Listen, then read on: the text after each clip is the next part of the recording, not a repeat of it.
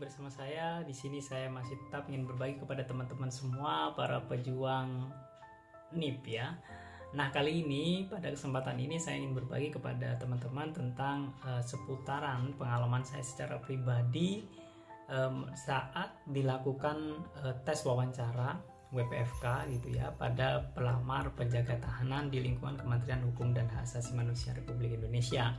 Nah, berdasarkan pengalaman saya dapat menyimpulkan sendiri gitu bahwasannya di dalam pertanyaan-pertanyaan yang diajukan tersebut dapat disimpulkan atau dapat diambil poin yang akan ditanyakan kepada teman-teman atau yang akan dinilai dari wawancara tersebut. Nah, dari beberapa poin yang sudah saya ambil, kita mungkin ada sekitar 8 poin yang akan dinilai dalam teman-teman dilakukan wawancara. Sebelumnya saya juga sudah melakukan simulasi wawancara dan juga melakukan evaluasi wawancaranya itu kepada peserta bimbingan saya gitu. Jadi teman-teman mungkin bisa cek video sebelumnya ya, atau bisa lihat di link deskripsi tentang evaluasi pemantapan wawancara gitu.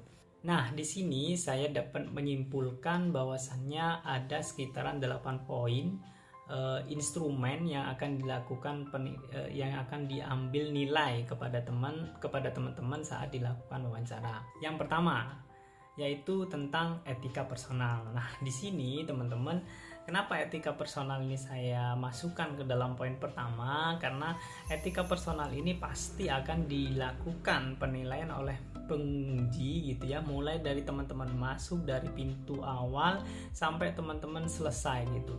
Nah, etika personal ini meliputi dari teman-teman mulai cara berjalan, cara berdiri, cara duduk, cara berbicara, cara memperhatikan penguji. Nah, ini akan diperhatikan teman-teman. Nah, pastinya teman-teman juga harus mempersiapkan diri dengan mungkin dengan tampilan yang sangat rapi, bersih, dan dengan menampilkan aura yang positif gitu ya. Jadi teman-teman harus memang siapkan itu. Jangan sampai ketika teman-teman dilakukan wawancara posisi mungkin rambut teman acak-acakan, wajah sudah kusut gitu, jangan sampai ya. Karena teman-teman ketika pertama bertemu dengan seseorang kan yang pastinya akan dilihat adalah penampilannya teman-teman. Jadi teman-teman harus bisa memberikan kesan positif kepada penguji sehingga penguji itu lebih enak tentunya ketika melakukan wawancara dengan teman-teman. Next, nomor 2 yang akan dinilai berikutnya adalah tentang kepribadian teman-teman. Nah, ini tidak akan luput dari penilaian teman-teman. Jadi teman-teman akan memang benar-benar dicari oleh penguji itu dengan melihat kepribadian teman-teman. Nah, biasanya dalam kepribadian ini teman-teman akan diberikan ajukan atau sebuah pertanyaan-pertanyaan yang sifatnya itu lebih menjurus kepada kepribadian. Misalnya teman-teman, kamu mempunyai kelemahan apa, kekurangan apa, kelebihan apa. Nah, yang ketiga yaitu tentang wawasan umum. Ketika teman-teman mau mendaftar sebagai penjaga tahanan atau lamaran sebagai apapun, harusnya teman-teman sudah mempersiapkan diri. Tentunya pasti dengan teman-teman mempunyai wawasan yang umum tentang jabatan yang dilamar, itu sudah menunjukkan bahwasannya teman-teman benar-benar serius untuk mendaftar sebagai pelamar gitu ya. Jadi teman-teman harus benar-benar mempersiapkan diri ya, minimal teman-teman tahulah seputaran tentang Kementerian Hukum dan HAM itu seperti apa, unit kerjanya seperti apa, profesi PNS itu seperti apa. Juga lebih teknis lagi mungkin teman-teman tahu sih profesi penjaga tahanan itu seperti apa ya, minimal teman-teman tahulah tentang itu. Misal juga unit kerjanya, lapas itu kapasitasnya ada berapa, ada kriterianya berapa. Nah, seperti itu. Jadi itu wawasan umumnya teman-teman harus dibekali gitu ya. Carilah referensi sebelum teman-teman berangkat untuk dilakukan wawancara. Poin yang keempat yaitu tentang integritas. Nah, dari integritas ini teman-teman akan dilakukan atau diberikan pertanyaan-pertanyaan yang sifatnya itu nanti lebih kepada bagaimana sih kamu teman-teman menyikapi suatu kondisi di mana teman-teman yang menjadi terpojokkan. Misal seperti ini, ketika kamu mendaftar gitu, kamu nanti akan ditempatkan misal di perbatasan atau di luar jauh dari domisili teman-teman. Itu bagaimana sifatnya teman-teman gitu. Atau juga ketika teman-teman bertugas, nanti teman-teman akan menerima gajinya sedikit seperti apa. Nah, saran saya itu teman-teman harus bisa menjawab dengan bersedia aja ya, karena memang sesuai dengan kapasitas kita sebagai aparatur sipil negara nantinya kan memang bisa bersedia dimanapun kita ditempatkan di seluruh Indonesia, meskipun pada kenyataannya kita juga lebih memilih dekat dengan lingkungan kita atau dekat dengan domisili kita gitu. Tapi dalam hal ini teman-teman harus memang benar-benar bersedia gitu ya, ketika ditanya untuk ditempatkan di mana, gajinya seberapa gitu. Ini nanti lebih sifatnya kepada integritasnya teman-teman.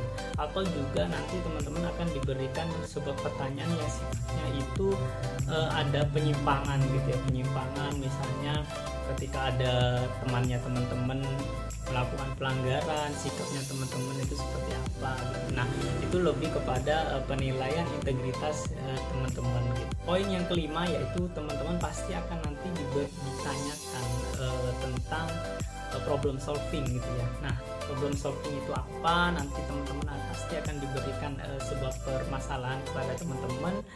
Terus nanti teman-teman disuruh untuk memberikan pemecahan permasalahan. Nah, biasanya problem solving ini diberikan berdasarkan jabatan teman-teman jabatan yang dilamar oleh teman-teman. Misalnya teman-teman kan pendaftar penjaga tahanan.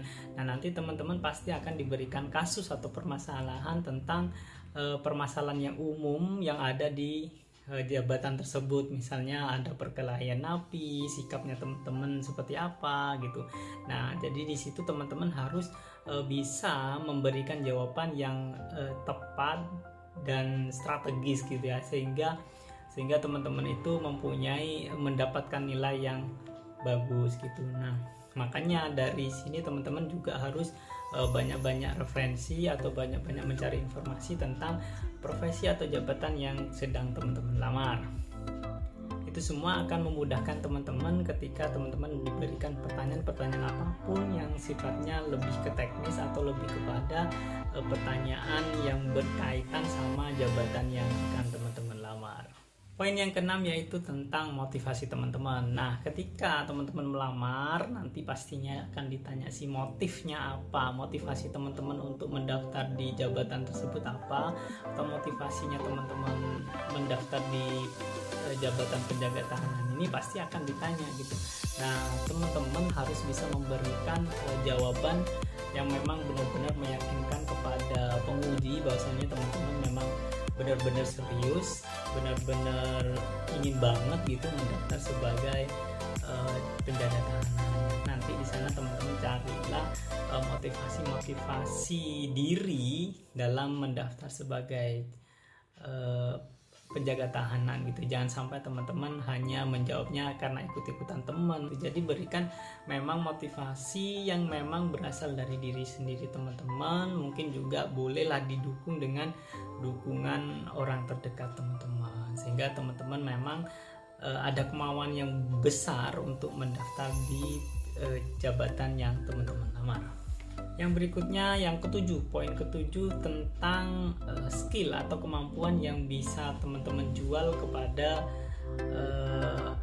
jabatan yang dilamar. Misal teman-teman menjadi penjaga tahanan gitu, nanti pastinya teman-teman akan ditanya skill apa yang kamu miliki untuk bisa menunjang profesi teman-teman gitu. Misalnya kalau penjaga tahanan boleh punya kemampuan dalam bela diri atau juga lain-lain. Dalam hal ini saya ingin memberi pesan kepada teman-teman bahwasanya teman-teman haruslah mempunyai kemampuan yang bisa dijual dalam melaksanakan nantinya. Teman-teman harus mempunyai kemampuan yang sepadan dengan jabatan yang dilamar teman-teman. Nah, ini akan menunjang gitu loh teman-teman, bukan bukan sifatnya wajib sih, tapi pastinya ini kan teman-teman kan bersaing dengan yang lain, jadi teman-teman harus bisa memberikan sesuatu yang terbaik daripada yang lain gitu, sehingga teman-teman harus memang mempunyai skill atau kemampuan yang bisa dijual dalam hal ini, dalam menjabat, dalam melamar jabatan yang teman-teman lamar ini gitu.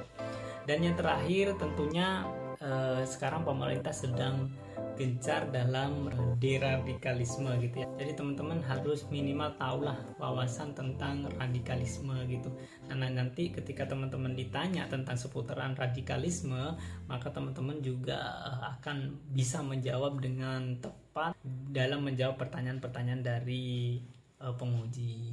Oke, itu aja mungkin yang bisa saya bagikan kepada teman-teman semua. Semoga teman-teman berhasil mendapatkan apa yang teman-teman cita-citakan atau teman-teman inginkan gitu ya. Jadi mulai dari sekarang teman-teman silahkan mempersiapkan diri. Oke, see you di next video. Terima kasih. Salam abdi negara.